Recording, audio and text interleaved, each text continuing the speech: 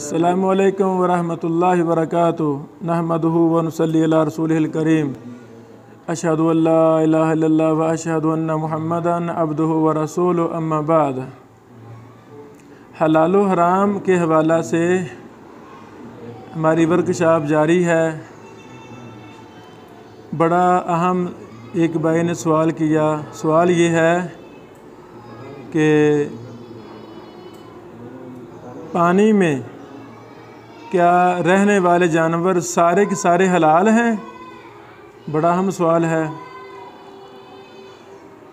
तो मुख्तसर जवाब ये है, हर वो जानवर जिसकी ज़िंदगी का ताल्लुक़ पानी के साथ है उसे समक कहते हैं अरबी में, और समक का माना मछली है।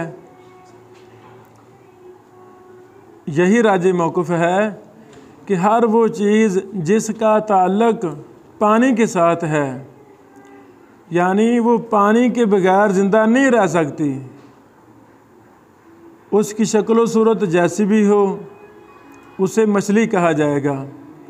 और मछली ही वाहिद ऐसा जानवर है जिसकी ज़िंदगी का ताल्लुक़ पानी के साथ है, और किसी भी चीज़ का ताल्लुक़ पानी के साथ है ही नहीं। हाँ, कितने ऐसे जानवर हैं वो खुश्की पर भी रहते हैं और पानी में भी रहते हैं, वो पानी के बगैर भी ज़िंदा रह लेते हैं। मेंढक है, इस तरह कछुआ है, और के जानवर हैं वो खुश्की में भी कई दिन गुजार देते हैं, कई घंटे, और पानी में भी कई दिन कई घंटे गुजार लेते हैं। मसला है मछली। हर वो जानवर जिसकी ज़िंदगी का ताल्लुक़ पानी के साथ है उसे मछली कहते हैं, और वो मछली हलाल है। मछली की सैकड़ों किस्में हैं, सैकड़ों। मस्जिद नबवी की लाइब्रेरी में मैंने एक ज़ख़ीम किताब देखी थी जो सिर्फ़ मछली की अक़साम पर थी। तो हो मछली किस्म जो सी मर्ज़ी हो वो हलाल है।